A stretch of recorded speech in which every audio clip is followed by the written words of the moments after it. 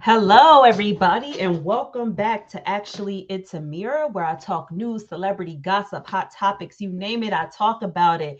Oh my God, I am so excited because today is the day where we will get the verdict, Lord willing, on what is going on with the Blac Chyna court case.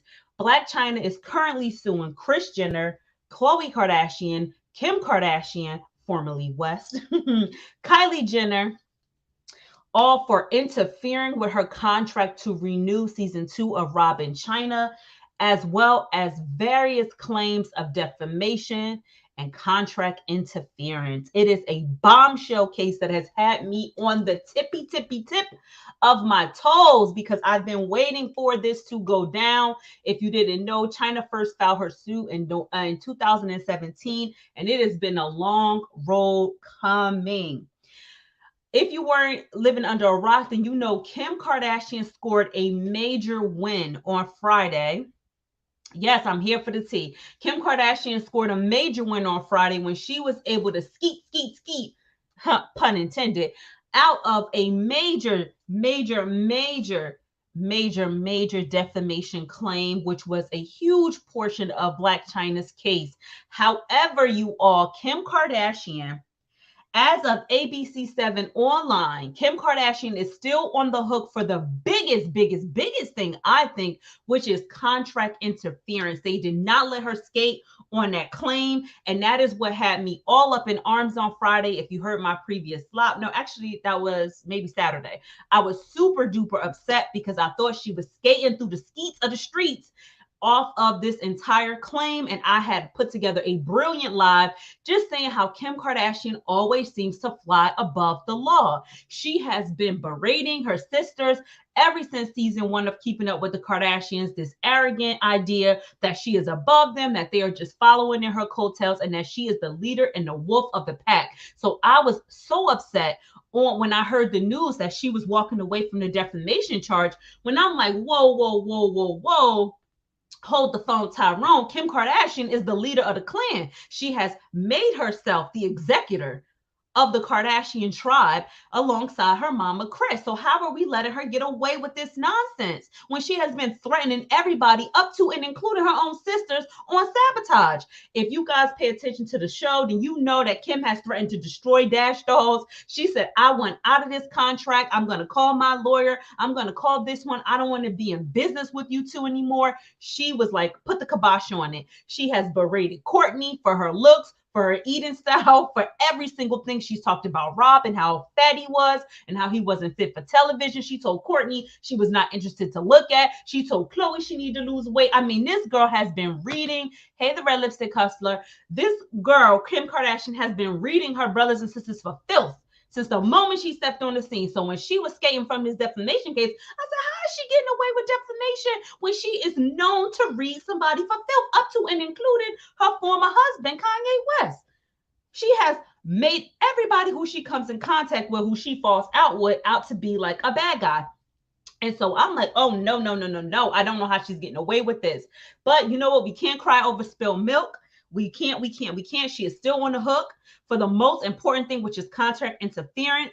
And Blac Chyna, according to ABC7 online, is still fighting this to this day. It says the judge ruling still leaves Kim Kardashian facing the contract interference claim, along with her mother, Kris Jenner, her sisters, Kylie and Khloe, who all remain accused of defamation as well. So they are still accused of defamation. And we know that Kylie was not here for she sure did. Kylie was not here for any of the shits with Rob & Chyna. She didn't like it from the onset. She was the one who was like, do not congratulate them. Do not break. Do not congratulate their engagement, because I am not here for the mess. I'm not here for the mess. So we know that Kylie is definitely seeming very culpable. So we're going to find out when this jury deliberates. So it says that the jurors deliberated for a matter of minutes on Thursday afternoon, and then they reconvened Friday for a full day's of work. So what's interesting to me, if you ever watch any court trials, murder trials, any type of trial, the scariest thing you can have in any kind of case is a jury that deliberates for a long period of time, because that means that they are seriously considering the implications of Blac Chyna's case.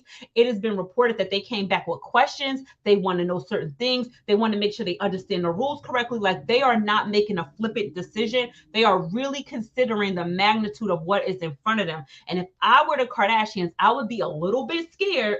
And that's probably why they let deliberations go into the weekend, because I think the jury was like, we don't want this pressure on us to have to decide who wins or loses here. This is a lot, and we're not sure. There's still some little gaps.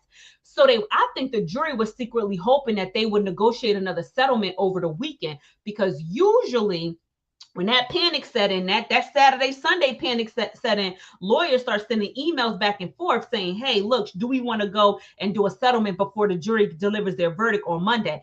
But it appears that both sides are holding steady, waiting for the jury to make that decision. And I'm wondering if it's going to end up being a smart move on both attorneys' behalf, because you don't really know what the jury is thinking. And I'm a little nervous that the Kardashians aren't shaking in their boots and that they don't appear to have presented Chyna with another settlement agreement. It's like, do you guys seriously think you have a shot at winning here? That is the question I beg to raise. So if you're not under a rock, Chyna is saying that she lost money in some key areas. Number one being club appearances. Number two being social media advertisements and marketing. Number three being television, due to efforts that she by those people, the Kardashians, stopping her from renewing her contract with E. So those are the three key areas where she's saying she lost money: club appearances, social media influencer ads, and then her television show altogether. So what I'm trying to make sure that Linciani did, which is something I talked about earlier in all my lives, I want to make sure that Linciani presented clear evidence of how much money Chyna lost from these club appearances. Did she prove that while Chyna's show was airing, this is how much money she was being offered, versus after the show went off the air, what that difference in contract was, as well as the various emails of shows getting canceled, the various monetary compensation of what she lost? Like, you have to prove to the jury that this was real and tangible and not just hearsay. Do not build your case on hearsay, because that is the mistake of the Kardashians, who have literally did a whole bunch of I don't know, he said, she said, maybe, I don't know, it might have been, could have been, should have been, would have been. Nobody's giving that direct testimony that's going to compel the jury. So I'm hoping that Linciani did not fumble the bag there, and she was able to prove it. The next is social media. Again, that goes right into the club appearances. You need the data. People reaching out, the flood of inquiries she had versus the deficit of inquiries she had after the show left the air. And then the most direct one, I think, which is probably the easiest, is that they canceled her show. Like, I feel like that was a smoking gun. If Chyna doesn't win on the club appearances and social media, she at least, at the bare minimum, has to win on them canceling her show with the E! Network and them conspiring. I think that those smoking gun text messages saying you choose Chyna and Rob or you choose us was a flagrant act, and it was a coup being staged. And to me, that is the smoking gun. And I don't see how the jury could disagree with that on any level. It was in black and white. It was clear as day. It was in ink. Now, we know, on the contrary, her attorney, who was also an executive producer of the show, and if I'm in the jury box, I'm like, oh, that sounds like a setup. Why would you be her attorney and executive producer of her show? You should have reclused yourself. You should have said, I am not able to be unbiased. I am not able to negotiate in your favor because I have an allegiance to my employer more than my allegiance to you as your attorney. So that might be something that mitigates Chyna's damages, because they're going to say, well, you had a duty to make a better choice and you failed. So they may take that into consideration when they're deciding her compensation on that breach of that destruction of her contract. If I was in the jury box, I would probably give a little credence to that, because it's like, sis, what was you thinking? Like, what were you thinking when you decided to like hire the executive producer to be your lawyer? That wasn't really a smart move. But depending on what jury you're talking to, they could see it the other way, which is they were intentionally planning to set Chyna up all along. And that's why they steered her into hiring Mosley as her contract attorney, in an attempt that if they ever needed to, they could easily stage a coup. So it depends on how Linciani pushes it, and it depends on how much Chyna wants to throw her former attorney under the bus. That is what's going to make the biggest difference in this case. I have been scouring the internet for all kinds of clips of Rob and Chyna's old show, and I came across some clips where Rob is talking about how he's going to go get therapy, that he's finally going to take Chyna's advice and he's going to get help, and he's going to stop being stubborn because he knows that he has issues and he needs to talk to somebody. Hopefully, I could play this quick clip for you guys right now, and you can let me know what you think. So I'm not gonna show the video because I don't want to get strike or copyright claim, but I will play the audio. So let me know what you think. Oh wait, hold on. Sorry, here it is. Seeing somebody like to talk to or whatever, I mean, it's not gonna like hurt to just try it out, you know. I personally don't really agree with the whole thing, but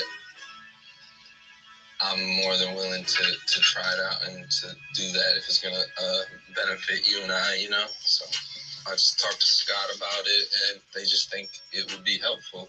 Scott suggested therapy. I'm obviously more than willing to do whatever it takes for Chyna, and I'm willing to try it. I mean, I know how, like, against it you was, and, like, opening up to, like, a stranger probably would make you feel, like, a little bit uncomfortable, but I'm glad that you, like, are willing to do something to like, save our relationship or make me feel comfortable. There you go.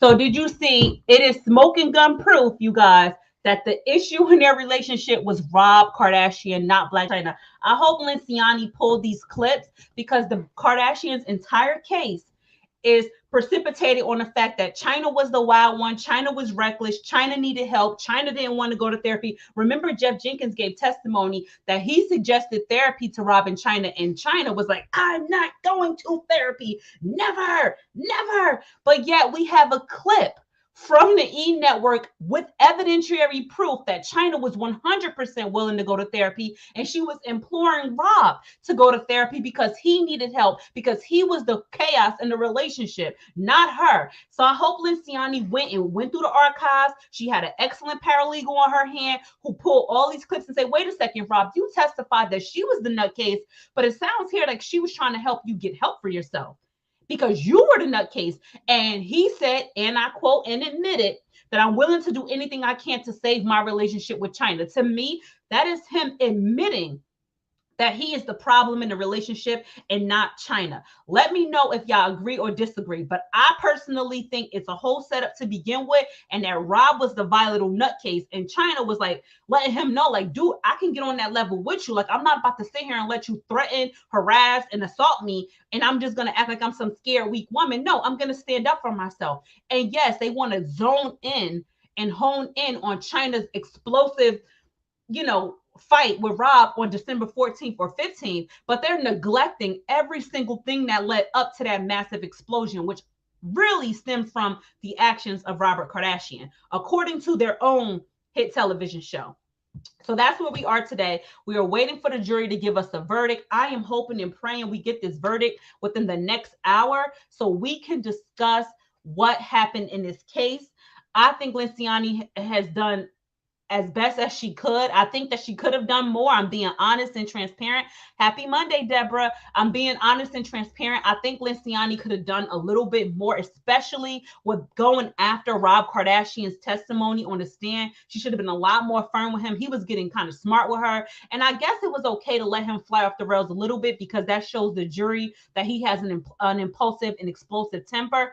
But I really wish she would have pressed him a lot more on what role he played in the hostility between his relationship between him and Chyna, and what his family truly thought about the role he played. Because I played the clips, you guys, if you watch my old lives, that Kim was very concerned about the fact that Rob Kardashian constantly blamed Chyna for his irrational behavior. And I think that is the smoking gun in this case, that Chyna was the victim.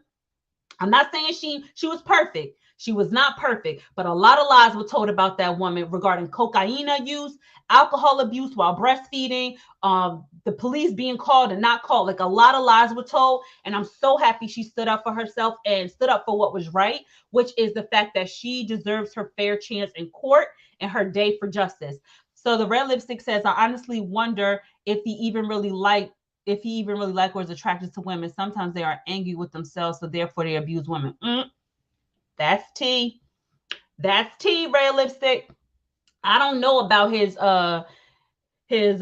sexual preferences, but he's been volatile towards women since jump. I remember when he smacked Adrian by alone, and she always talked about how he was a little kooky spooky, a little bit on the real. When she talked about him a little bit, she never really went into too much detail, but she always gave the impression that he was a little kooky spooky. So I'm not surprised. He was very close to Lamar Odom and very close to Scott Disick. Like he's like one of them bros. But you never know. I mean, sometimes self-loathing behavior is because you're hiding who you really are. And that, that could cause issues. But I'm not sure, I've never heard that he was, into the other side like that, but you never know. I think he needs to be on medication, if you ask me. I think you're talking about somebody with diagnosed mental health issues, even coming from the mouth of his own lawyer, who overeats in an attempt to send himself into a diabetic shock, which was definitely what happened after what him and Chyna's fight in December of 2016. He ended up overeating, and then he went into a diabetic crisis, and it turned into a really bad situation. I think, an emotional stabilizer is not a bad idea, especially if you're wanting this person to perform as a normal member of society. I mean, at the very least, he has mental health issues. And that's not even me alleging. That's from his own lawyer, Rob Shapiro, said that he has mental health issues. So get your brother some help, if you ask me, instead of trying to drag Chyna down and make it Chyna's fault that your brother had a psychotic break, when really he been struggling long before he met Chyna and long before they had a baby. So let's deal with that. Um, she's in Washingtonia first. No way she is a punk. Oh, she is from Washington, D.C., and she not gonna let anybody put hands on her. Absolutely not. But he was wilding out, girl. He was wilding out. Adrian was way too good for him. That poor woman. Yeah, I'm glad she got her a preacher man now. Go ahead, Adrian. I used to wonder about him and Lamar. He cried over Lamar like he was his man. Man, me too. Red Lipstick, that's why I brought it up. That relationship was super suspect. Now, I don't know nothing, Lamar was in a vulnerable position because he was on that cocaine. And when you on that cocaine, anybody could get it. When you, what did that guy say on ESPN? The black guy, I can't think of his name right now, but he said that Lamar Odom was a crackhead, and he went on this whole rant about how Lamar Odom was potentially getting signed to the New York Knicks, and he was in a fury about him being a crackhead. And I was like, listen, I don't know too much. I mean, crackheads, when you think about the stereotype, crackheads do anything for their next hit. Now, I don't think Lamar Odom was in a position where he had to solicit for a hit, but he was at the sex ranch. He might have a high sex drive. That cocaine to have you sweating and going. You be going. So I don't know. I mean, it's no evidence to suggest Lamar Odom was on the other side or Rob was, but hey, look, inquiring minds want to know, especially when they was all lovey-dovey. But they could have been bonding over the cocaine. All the stuff he said about Chyna could have been stuff he was saying about him, really talking about himself. If you guys watched the show, Rob used to talk like he had lockjaw. I don't know if you guys ever paid attention to that, but if you watch the old clips of Rob and Chyna, he used to talk like he had like lockjaw. Like he used to be like it was real tight. And I used to be like, why is he talking like he got lockjaw?